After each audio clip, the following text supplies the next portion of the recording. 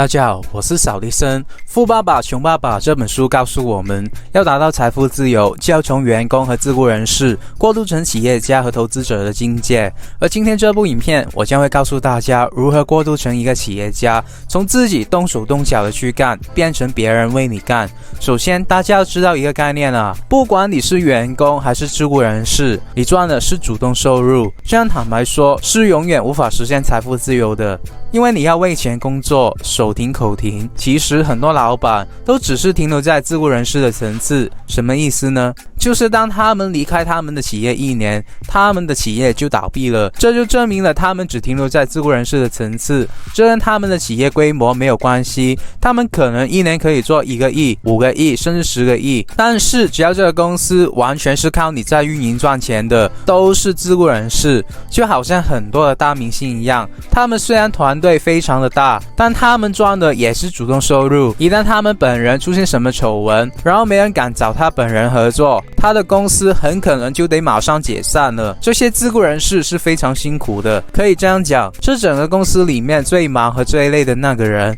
很多停留在自雇人士的老板，他们每天都要关注公司的销售业绩，还要处理公司的售后，每天为公司的每个员工而操心。晚上的时候几乎不敢睡觉，就算睡觉了，他们的手机也不敢关机，而且睡得不安稳，因为当他的电话铃声响起，就有可能是公司出事了。为什么我知道？因为我以前就是这样的。所以除非你是一个专业的投资人，让你的资产为你带来被动收入，否则我们普通人想要达到财富自由，就只有成为企业家这条路了。那成为企业家到底难不难呢？先说不难的部分，我认为的企业家是只要能拥有一家自动运营的公司，也算是企业家。所以就算你公司只有5个人，但你的公司能够自动的运转，你不需要管理，也能为你带来被动收入，你也算是一个企业家，而不是自雇人士。这是我对企业家的定义。但难的部分就是，企业家不只需要创业，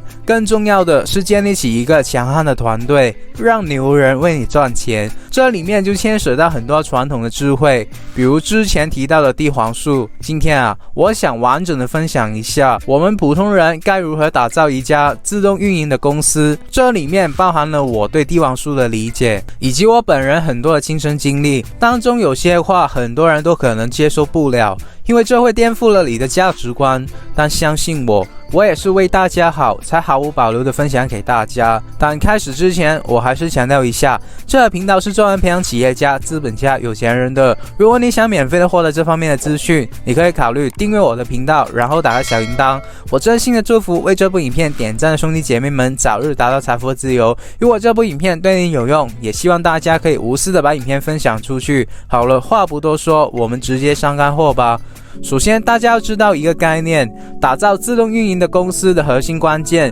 就是要建立起一个强悍的团队。这看似废话，但其实那些停留在自雇人士和员工的大部分人都不懂这个概念，所以我必须要帮大家弄清楚。简单做个比喻，项羽是一个自雇人士，他的每一场仗都几乎是自己去带兵打仗的，虽然胜率很高，也吸引到很多人才，可一旦他挂了，他的团队就自动解散了。虽然有牛人肯为他干，但这可不是一个强悍的团队。相反，刘邦却不会带兵打仗，只要是他带的兵，基本上都是败仗。所以我很佩服他还敢去创业打江山。后来刘邦团队增添了张良和韩信，加上萧何，这3人形成了一个铁三角，为刘邦打理大部分的外务和内务，助刘邦打败了项羽，成为了汉朝的开国皇帝。可以这样说，这江山是这3个人打下的，而刘邦却当了皇帝，主宰这3个人的生死。刘邦其实就是一个企业家，因为他建立起了一个强悍的团队，一个自动化运营的团队。那该如何打造一个强悍的团队呢？很多人认为你要出身好，有资本，才有牛人愿意跟着你干。其实不然，项羽是楚国贵族出身，而刘邦却是流氓出身，但刘邦一样能收纳人才。其实关键就是我们要懂得如何把人凝聚在我们的身边。很多的兄弟姐妹们刚创业的时候，不知道如何才能把人团结到自己的周围，没有凝聚力。那我说一下我当初的做法吧，其实就是要画饼。第一步，我们要拉高和我们一起创业的人的梦想，比如他的梦想就是有车有房，也要把他的梦想变成有1个亿。讲梦想的时候，要讲有梦想有什么好处，比如你赚到1个亿，可以有社会地位，可以有游艇、豪宅，可以买自己想要的任何书籍，可以让子女去读地球上最好的大学，可以让父母去纽西兰生活。每一个伙伴都有自己的团队，灵魂得到升华等等。也就是说，你需要把梦想实现能够得到什么好处描绘的越具体越好，这样大家就会铁心的跟随你。他们可能会觉得很扯，一开始可能不会相信，但因为你是他们的老板，是这个团队的领袖，他们嘴巴至少会表示认同，这已经足够了，因为你已经把1个亿的梦想植入到他们的潜意识里。当我们拉高了他们的梦想以后，就要让他们知道我们的梦想，然后让他们去实现我们的梦想。我们的梦想要包含你的伙伴的梦想，也就是说，只要你的梦想实现了，他们的梦想就能实现，这样他们就能愿意的跟随你。同样，不断的强化自己的梦想，让他们都知道，这样还可以获得更多人的追随。你的梦想必须要明确、简单，一句话可以描述，善于记忆。比如我对团队讲，赚100个亿只是起步，把这个印象深深的印在团队成员的脑袋里。他们在其他地方不可能听到如此牛的话，他们就只能待在我这个团队里了。之后，我们更要不断的强化自己的梦想，伙伴的梦想。如果你停止强化梦想，那么大家的梦想都会消失，梦想消失，创业团队就会解散。另外，有时候我们要把自己扯到跟历史上的牛人、行业里的牛人的高度，甚至对团队讲，我们要一起超过这些历史上的牛人、行业里的牛人，这样能增加团队的战斗力。所以，我们经常看到很牛的大富豪都喜欢吹一个大牛，动不动就超越马云，干掉 Facebook。这是有道理的，并不是别人乱讲。好了，当我们讲了这么多虚的，我们就必须要讲一个实的来支撑上面的精神体系，就是你在创业初期，你必须要非常的拼，非常的刻苦。比如我当初早上6点就起来工作，到晚上10点甚至12点，没有节假日，没有任何娱乐，这样团队成员一看，慢慢的他们就真信我说的了。只要信了，你叫他们去做事，他们就会上心了。这就是所谓的画饼。自古的伟人，比如刘邦、朱元璋、曹操等等，都是这么干的。有的人会为此帝王术而感到羞耻，接受不了这种做法，认为是在吹牛。你仔细想，这是吹牛吗？对过去的事情有所隐瞒的才是吹牛，这只是对未来的憧憬罢了。当初的马云说将来要让天下没有难做的生意，然后很多人都觉得他是个骗子，因为当时没有人懂互联网，没有人懂电商啊，我们对没见过的事情怎么会选择相信呢？但结果如何？马云告诉我们，他当初吹过的牛现在都实现了。对未来的憧憬是吹牛吗？华为的任正非当初创业的时候还告诉他的员工，将来买房子要买阳台大一点的，因为钱要经常拿出来晒一晒，不然太多就会发霉了。那结果呢？任正非实现了。我们做大事的人要学会画饼，要学会造梦，为自己造梦，为别人造梦。因为成功的第一步就是要升起一个梦想，梦想让我们知道活着是为什么，我们的目标是什么，我们的方向是什么。而大部分的人都是没有梦想的，不信你可以随口问问你身边的朋友，他们的梦想是什么？你看看有几个能够马上的回答你的？就算回答了，有几个人的梦想会是个大大的梦想呢？而如果梦想不够大，那又如何成功呢？有些人会认为成功的人都是侥幸，会这样认为的人，就是因为他们的格局小，因为他们没有梦想。他们的梦想可能只是成为公司里面其中一个管理层，而当他们的梦想还没有实现的时候，别人已经实现了比他们梦想更宏伟的梦想，成为了亿万富翁，抛离了他们的梦想，然后他们就会觉得别人是侥幸的。这样的人永远也无法成功。所以我们组建团队必须要选择有大梦想的人，如果他们的梦想不够大，我们就帮他们拉高他们的梦想，为他们造梦，这样他们才愿意为了达到他们的大梦想而拼搏，因为他们找到人生的意义了。那当我们凝聚起身边有用的人以后，我们就要去找一个项目让他们去干，你只负责给意见和做决定，操作的那一个部分你只需要懂一点皮毛就行了，因为你不是一个技术人员，你是一个老板。现在很多人能够创业成功，但他们却因此失去了自由，是因为他们凡事都是亲力亲为的，连技术都自己去学，自己下去干，然后他们自己的能力越来越强了，而他员工的能力就越来越差了。我以前也是这样的，所以现在我所有的生意基本上都是交给了我的合伙人或者管理层去做了，我只提供意见。真正我会自己干的项目，也就是 YouTube 这个项目，我之所以自己去做，是因为本来我并不是奔着赚钱去做的，而是为了整理一下我自己的思绪和思维，把它做成影片，成为一个思想系统，然后想学佛祖一样普度众生，分享给有需要的人，给想要白手起家达到财富自由的兄弟姐妹。没想到这为我带来一些广告收入，虽然对我而言并不算多，但对于很多白手起家的人来说，这些都可以是一个启动资金，至少肯定比你去打工高。所以我推荐想要白手起家的人全部都去做 YouTube 这个项目，因为成本并不高，每个人都能承受之余，你如果接业配或者售卖自己产品的话，收入就更高了。这个项目只要你足够勤奋，你就可以自己先做起来，然后就可以用我这部影片的一些低黄数去建立起自己的团队，让其他人为你干。我自己平时这么多事，我也能应付好，每周保持更新一部影片，那大家应该可以比我做得更好了。而如果是关于操作的问题，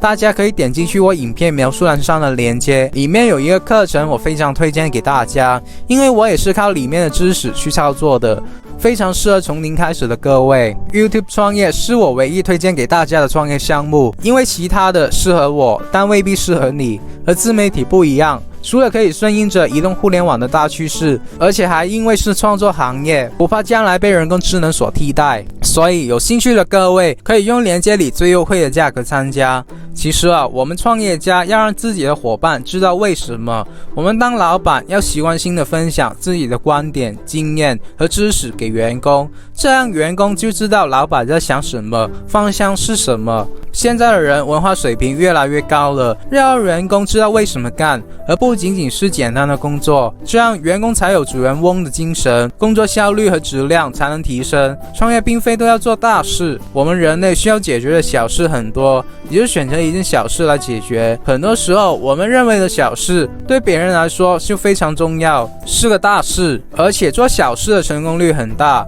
找到一件值得去做的小事，越小越好，然后坚持到底。很多的创业者成功靠的就是坚持。如果你有拖延的毛病，你就把事情全推给员工，规定他们多长时间完成。当然你自己能修正这个毛病最好。很多的老板喜欢与自己性格、经验甚至行为模式相同的员工，这其实是错误的。应该雇佣能力与行为模式、性格都和自己互补的人为企业工作，能把企业做大的人都是活到老学到老的人。现在社会发展日新月异，学习新知识更加重要了，多读时事杂志，多了解世界的发展方向，对抓住新趋势有好处。好了，那我们老板如何选择企业的核心层呢？如何选人是我们所有当老板最核心的工作之一。企业就是由人组成的，优秀的人多了，企业当然就牛。一群笨蛋集中在一起，也别指望做出什么好成绩。我选人的第一个标准是这个人有状态，积极向上，非常有活力。因为没有哪个员工喜欢死气沉沉的上司，也没有哪个顾客喜欢死气沉沉的员工，所以死气沉沉的上司只能带来死气沉沉的员工，最后整个公司就会死气沉沉的，没有活力。所以选人的第一步就是看人的状态是不是积极向上，非常有活力。老板的本领不是盯着事情做，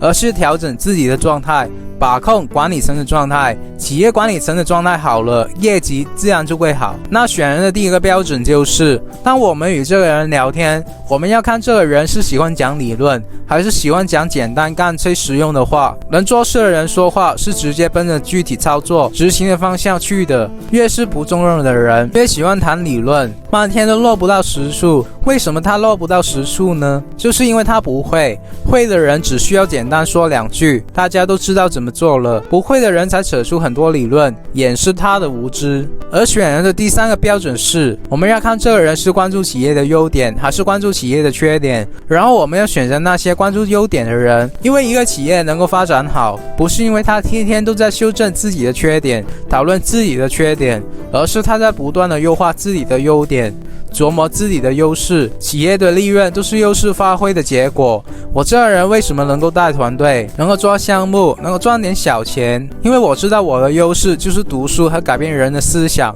所以我天天就读书，然后就找几个人来改变他们的思想。我只管理整体企业的方向与团队人员的思想问题，因为这是我的特长，所以我只是把我自己的优势发挥到极致。我做不好的地方，我压根就不会碰。结果越做越顺手顺心，利润也还可以。很多老板的管理都是眉毛胡子一把捉，完全瞎整，没有套路。孔子和老子把儒家思想和道家思想复制给了很多人，他们都是我的偶像，是地球上把事业做得很大的人。当老板也是复制自己的思想给别人。一般情况下，我们暂时没有孔子和老子这么大的能力，把自己的思想复制给很多人。我们对于高层，就是把自己的灵魂、价值、使命感复制给他们，通过聊天的方式，把思想植入到他们的灵魂里去。如果你的高层都变成你的复制品，那么这个公司就不是由老板一个人管理了，就是几个老板管理了，高管都操心了，公司就有前途了。那么我们就通过开会，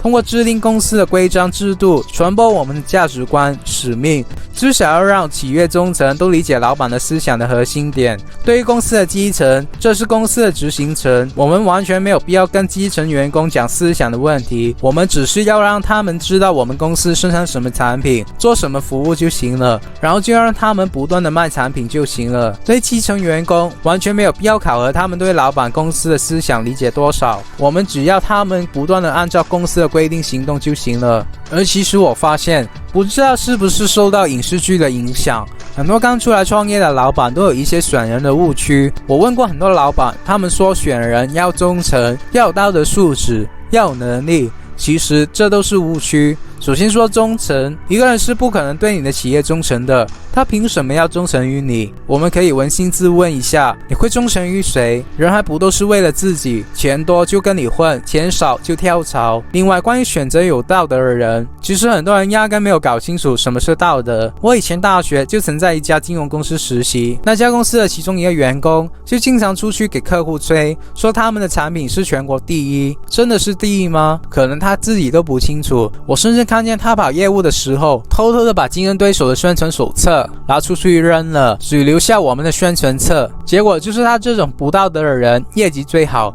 虽然这手法好像真的没有什么道德，但当老板的你们扪心自问，业绩到底是不是靠道德做起来的？那么你为什么要求你的核心层是有道德的人？曹操、刘邦的选人标准是有道德的人吗？喜欢历史的可以去查一查这些成功者的选人方式。我想说的是，道德是我们做人的标准，但如果我们开一家企业，就不能完全选有道德的人。道德只是一个优点，并不是一个选人的标准。阴一阳之为道，我们要让企业平衡，这是自然告诉我们的，也是帝王术。那么最有争议的就是选有能力的人。我记得马云说过，企业就是要带着一帮普通人干成一件不普通的事情。他为什么不说有能力的人呢？其实我们每个创业的老板开始对自己做的那件事根本就不具备什么能力，但是为什么最后能做出来？不是因为有能力，而是因为做事非常用心，天天都去想，都去琢磨，